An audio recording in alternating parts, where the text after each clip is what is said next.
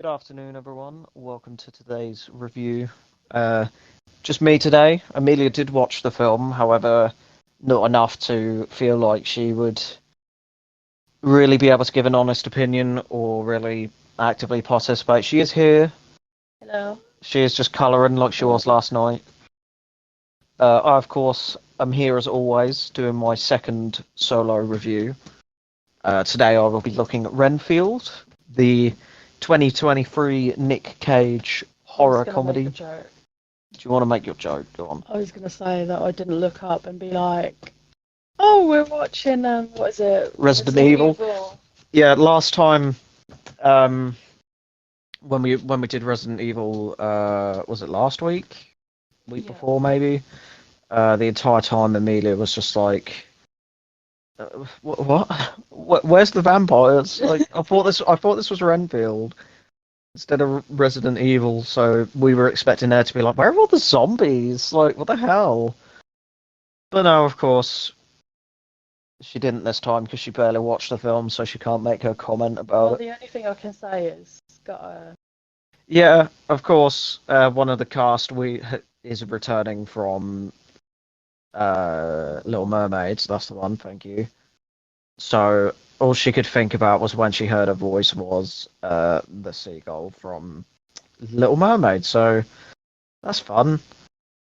So yeah, because it's just me, I don't have to waste much time. We don't usually anyway. I do not have the famous line in that you find so funny for some reason. So yeah, I'll just get into it. So the film is directed and produced by Chris McKay. I don't know who he is. Like, unfortunately, if it's not a mainline film, I don't really know who the director is usually. But he has done that terrible Chris Pratt Amazon movie, the Tomorrow War. Oh, he did the Lego Batman movie. Oh, He did the Lego movie. He did the Lego Batman movie too. Didn't even know they did a second one. So he's done the Lego films. Oh, we did that terrible Doolittle. Oh, that's not good. That ain't a good thing. Oh, we did Dungeons and Dragons. Did he do that? Did he do that in the same year? Well, yeah, obviously he'd have to. I don't know if he was a producer. He's not the director, but he's got some involvement with that. Anyway, written by Ryan Ridley, who again I will look up like I do every episode because I don't do the research on the day. Uh, why do I recognise him? No, I don't. I don't know from anything. From a story by Robert Kirkman, as I just said to you, Robert Kirkman, of course, responsible for The Walking Dead, the comics, as well as being a producer on the main TV series. Also did The Invincibles, I think it's called. I haven't watched that show, but I've heard it's very popular, and the comic that came alongside it as well. So yeah, that was interesting to know. It's definitely got his sort of style over it. So we'll get right into it now. Spoilers ahead, of course, uh, because it's a movie review. Obviously, this is going to contain spoilers. It's been out a good few months now. I can't actually remember when it came out, but we didn't watch it at the cinema. April. Okay. So what's that? 3 months? Yeah, 3 months. Something like that ish. So anyway, we'll get into it. Renfield, played by Nicholas Hoult, who is most known to me and you as Warm Bodies, which is a film we would cover if it wasn't so bad. Because I do not like that film at all. I couldn't stand it. But he was also in The Menu recently, the Disney Plus show, movie even, which I want to cover at some point. He's also in a few of the X-Men films, of course. He's a big actor. Garfield. Apparently in the new Garfield movie So, that's guys, if I see anything that just says Garfield, I'm like Garfield, because how can you not love a cat who eats lasagna? I know you're going to have to go on the thumbnail because Sleep. you're being part of it. So anyway, Yeah, that's he's going to be in the Garfield movie that's apparently coming next year. He's also known for Mad Max. He's in a lot. So if you don't, he's got a recognizable face, even if you don't know him from any films somehow. But X-Men, I think, would probably be the most well known. So he's a support group for people who are in abusive relationships or destructive relationships, as they call them. In a brief flashback, Dracula, of course, played by the legend Nicolas Cage. Take your fucking pick on films that he's been in. Most of them have not been good. So, yeah. But obviously, everyone knows Nicolas Cage. He is the Cage. So yeah, in the flashback, Dracula slaughters some vampire hunters. Just lots of slashy, bitey, pretty basic kills. In a scene shot like the original Dracula, which I think is from when I was reading it was the original film, but they then erased the original characters from the film and then put Nicolas Cage and Nicholas Hoult in there. What? Well, if you why are you whispering? They know I'm talking to you. She's asking why. Why do I talk to her instead of the audience per se? That's because if I'm talking to you, it makes me comfortable because I'm just talking to you, but I just happen to be recording. But also, it's better than me just doing this and talking to absolutely no one and looking fucking mental. You wouldn't unless the bus went past. Oh yeah, if a bus went past or if the cats came in. I don't think anyone's in it. I saw Starsy a second ago, but he's gone. He lost interest. I don't know if he went under. But yeah, that's why I talk to you, is because it's easier than looking fucking mental. Anyway, so yeah, as I say, this I think as I read, it was the actual original film that they just pasted the two Nicks into, which is quite interesting. So it had all the original cast, except for those two, obviously. Let's have a look. So yeah, it was also in black and white. I didn't know until I read after. I was just like, oh, it's shot like the original one, even in black and white. And of course, in this scene, we see when Dracula met Renfield for the first time, and basically brainwashed him into being his assistant or his familiar, as they're known. Dracula in the flashback is trapped by a priest, and a hunter attempts to persuade him to let them kill Dracula. However, Renfield is, I don't want to say gaslit. He is, but that's kind of what it is. He's basically persuaded by Dracula to free him, and as a result, the priest is exploded from the inside by Dracula. It's in all the trailers. If you haven't seen it, if you haven't seen any of the trailers, well, he basically turns to this weird lost smoke monster and goes inside the priest and just explodes him into lots of little pieces and a lot of blood. Does that remind you of anything, guys? Does it? Imploded. Oh, very funny. Amelia still likes to remember the submarine, but not for the tragedy, for the memes. Yeah, if you didn't, if you're watching this in the future and you don't know what the submarine incident was, look it up. I'm not explaining it. This isn't the time nor the place for it.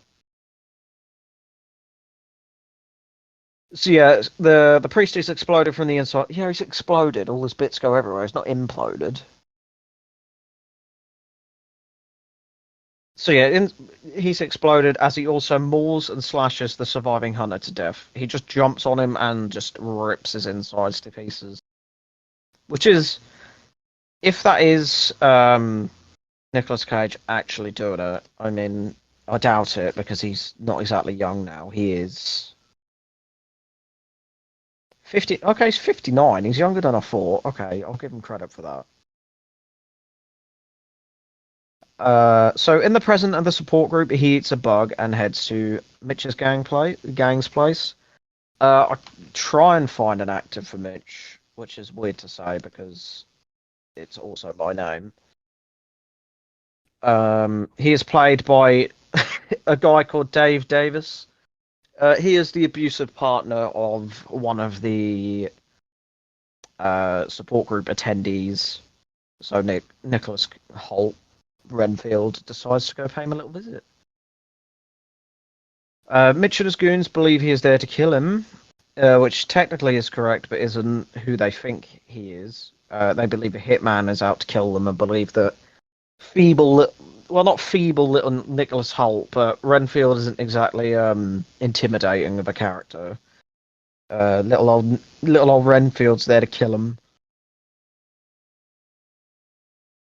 So yeah, it turns out no, of course, he's there in reality to use magic knockout chloroform, as we spoke about in the previous review of It Follows. Chloroform doesn't work by holding someone's mouth for 2 seconds and then they're gone. In reality, obviously, I believe it'd take longer than that.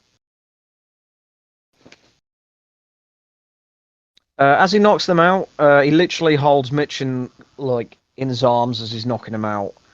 But then the real hitman, who is Apache Joe, who is, I guarantee you, played by a wrestler. He's played by Marcus Lewis. I don't know who that is. He has one photo on IMDb, and it's this film in character. So Apache Joe arrives and throws a knife into Mitchell's head. Mitchell's head, fuck's sake. Yeah, this isn't trippy. Into Mitch's head, before, which of course kills him because it's a knife to the fucking head.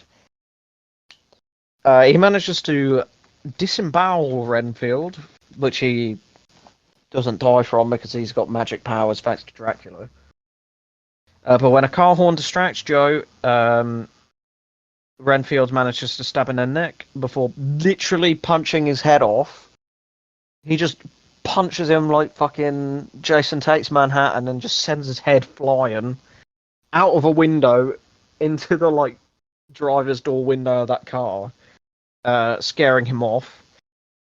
Rebecca, who is our returning cast member, as mentioned earlier, Awkwafina, previously seen on the channel as the seagull in The Little Mermaid, but also she's been in things like Crazy Rich Asians, Shang-Chi and the Legend of whatever, I can't remember. Jumanji, that sort of thing. So she watches as the driver from earlier, Teddy, played by Ben Schwartz.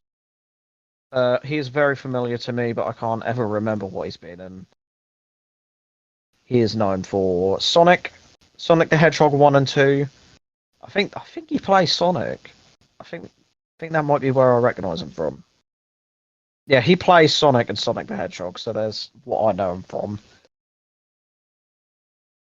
But he is also known for that terrible Space Force show on Netflix with Steve Carell and John Malkovich. Turbo. A Kevin Hart film called Die Hard. Or a TV show, I think that is. He's done a lot of voiceover work. There's a lot of animated shows in his repertoire. So yeah, watch as Teddy shows.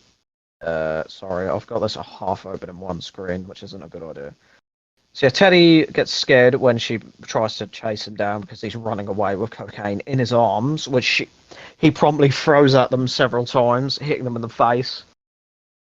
Covering her partner in fucking cocaine. She throws a baton at him and arrests him. Renfield drags the bodies of Mitch's gang into Dracula's lair, where a disfigured Dracula, still burned up from the intro because they open the curtains on him. May I just add, the practical effects in this fucking film are spot on. Like the makeup that they do for burnt up Dracula and all the practical gore and stuff is... It really tickles my jimmies because I absolutely love practical. As if you've watched any other of the reviews, you know I fucking love my practical horror and my practical gore. Because CGI just sometimes fails to just look anyway believable.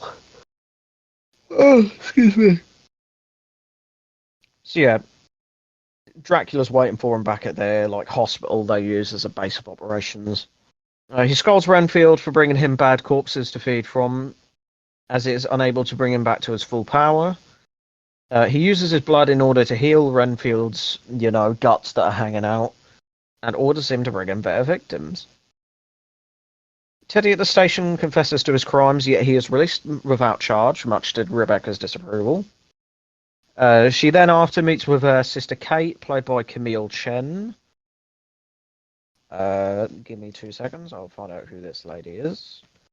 She is known for probably this. To be honest, I can't really. She was in Spy Kids 3D and a lot of films that don't have any pictures. I've lost it. So yeah, she's an FBI agent, and they talk about their father who died before the film. Teddy meets with his mother, Bella Francesca. I didn't get the actress's name. I do apologise. I meant to. I usually do, but for some reason I forgot. She's played by, and forgive me for my pronunciation, Shora Agdashlu. I'm not going to try that again. That is the best I will do. At their extravagant home, Rebecca heads out with her partner, as mentioned previously, Chris, who is played by Adrian Martinez. He's a very lovely-looking chap. He's a very jolly man. He looks like that kind of character that's there just to be funny. Can't find him. There he is. He was in nothing I've heard of. He was in. They did a 2019 Lady and the Tramp. Live action. Yeah. Fucking hell. I didn't know they did a quote unquote live action instead of Nightmare CGI. Well, he was in that. He's in Piranha 3 Double D. That's about it. There's a lot that I don't know. I think he's one of those actors that just stay in stuff that don't have a big budget. Yeah. Excuse me. Except for this.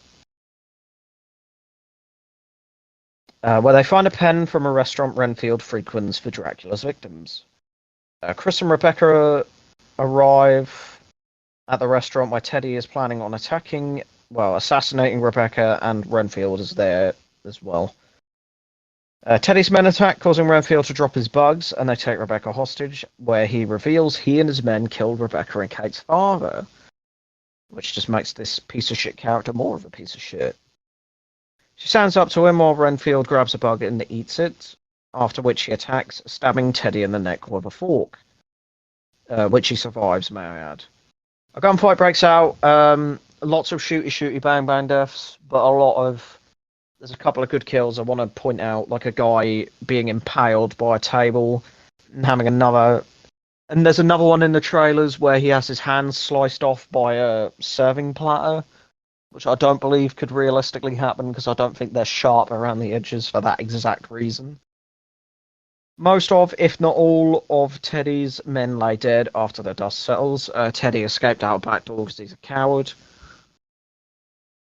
Rebecca and Renfield talk about what happened after, and she is confused by his moves, but she thanks him for saving them, which is a surprise to him, as he's not used to being the hero and saving people. Dracula summons him telepathically, and when he goes to him, Dracula is a lot more healed. Still very crispy, but not as crispy and falling apart as it was. Dracula speaks to him about his world domination plan and how the two will be together forever, which Renfield understandably does not like. He returns to his support group and seeks help from his abusive relationship, interrupting Carol, played by Jenna Cannell. I wanted to put her on here because we will hopefully be covering both Terrifiers. She is in Terrifier 1. That's possibly all she's really known for. I don't know. She may have been in more. She's in Terrifier 1, Terrifier 2. Terrifier 3 is listed in her fucking movies, which is upsetting. She was in the Bye Bye Man. That's such a stupid name for a film. Whoever thought that was a good idea, you need to get the sack. So yeah, and Mark, who is played by Brandon Scott Jones, I thought I would really need to have him in there because he is quite a supporting character. He is in the American version of Ghosts. There was a British version which used all the horrible histories cast, which was actually good, but this is an American remake of a British thing, so it's probably not good. Just look at the In-Betweeners remake. That was a disaster. I mean, it got one season, then it just failed to capture the magic. So he talks to Renfield. He talks Renfield into overcoming his inner and I had to put outer demons as well, because obviously, haha, Dracula. Renfield decides to set his life straight by buying an apartment and setting free his bugs. Rebecca tries to make her fellow officers see reason to put Teddy behind bars when Renfield arrives at the station to give a statement. Rebecca ends up venting to Renfield a little bit, and he helps to inspire her, say she's doing a good job, which obviously she doesn't hear much because her fellow colleagues aren't exactly supportive, let's say, as we'll find out a bit later on.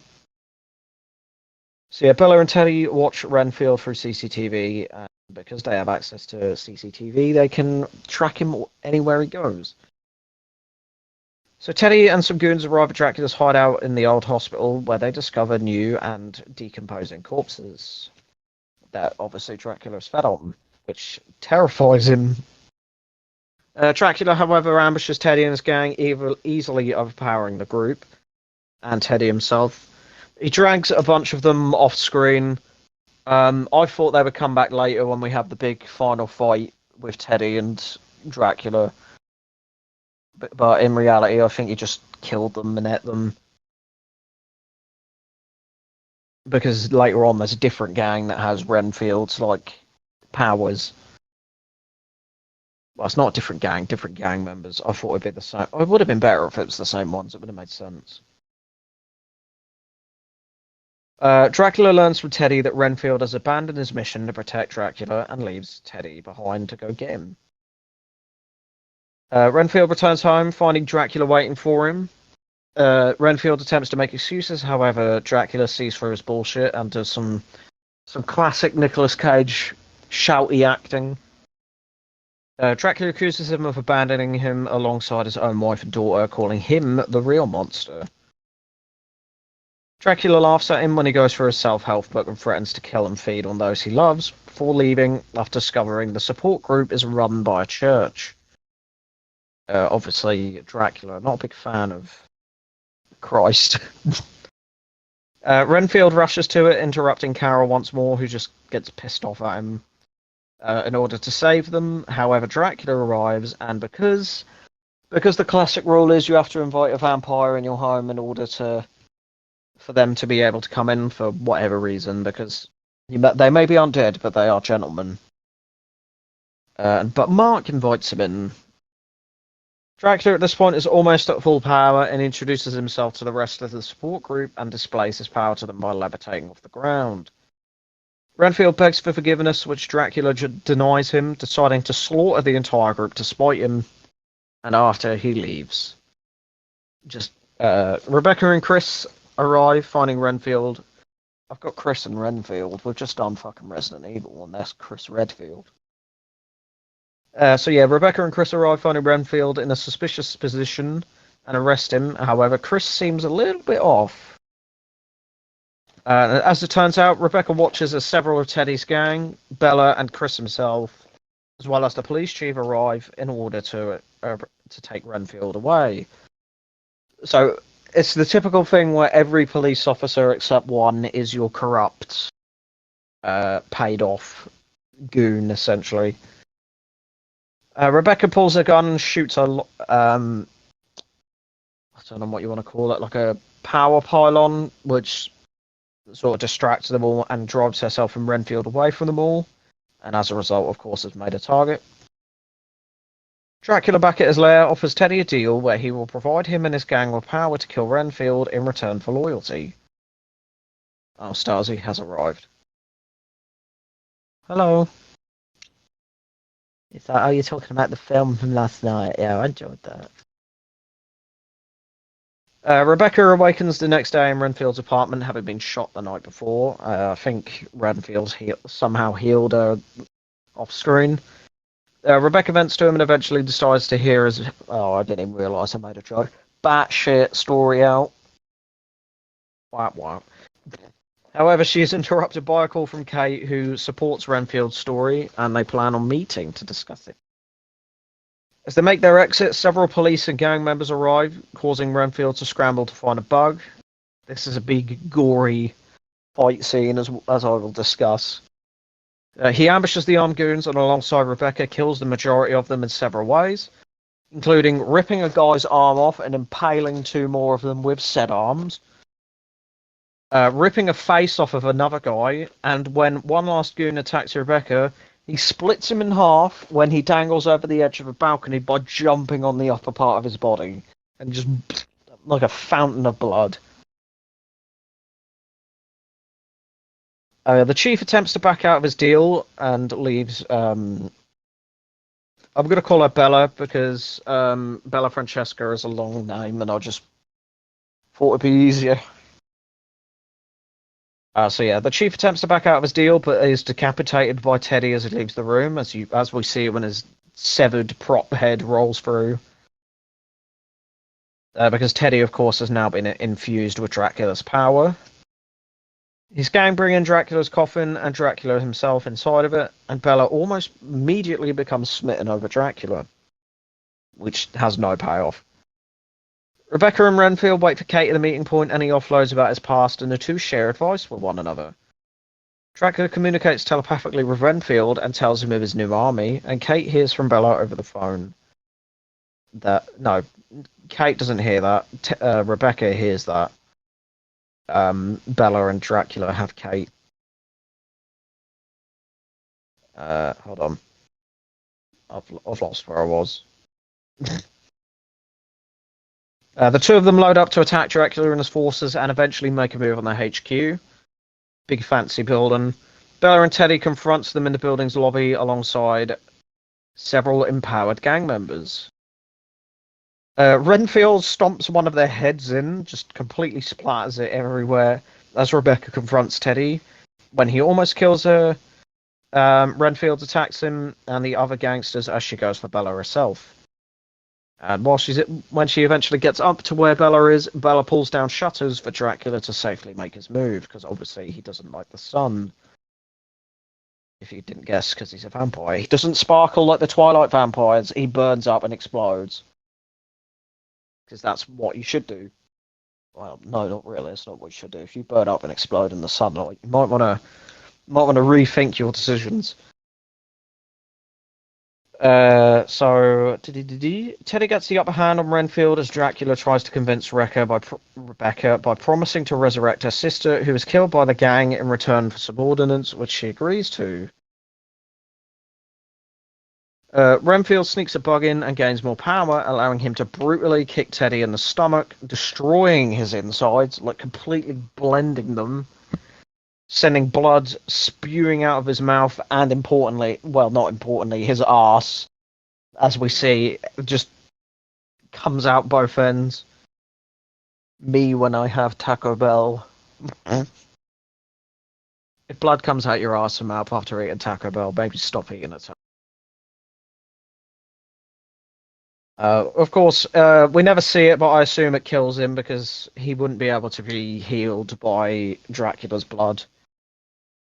Renfield enters as Rebecca is willing to give her own life for Kate's, much to Dracula's joy. However, it's a trick for her to open the shutters, burning him until he turns into bats and traps them in a separate room. He turns the lights off and Dracula stalks them. And when he goes to bite Rebecca, she shoots him through the foot, which lets him bleed on and heal Renfield, who attacks him. He literally stops Dracula from biting him by covering his fangs up with his hands, but his fangs just impale him through the fingers, and then he rips them out. It is disgusting. He does grow his teeth back, though, which is interesting. He uses the advice of the support group in order to gain the strength to overpower him and trap him in a similar circle to the one being used by the priest in the opening. They use several weapons in order to brutally beat and dismember Dracula, who very much is ready to embrace kind of death, before solidifying pieces of his body in concrete. I will not count Dracula as dead, because even Renfield says that he isn't sure if this will actually kill him, he just said that'll probably really slow down his like regenerative abilities of his like corpse, essentially.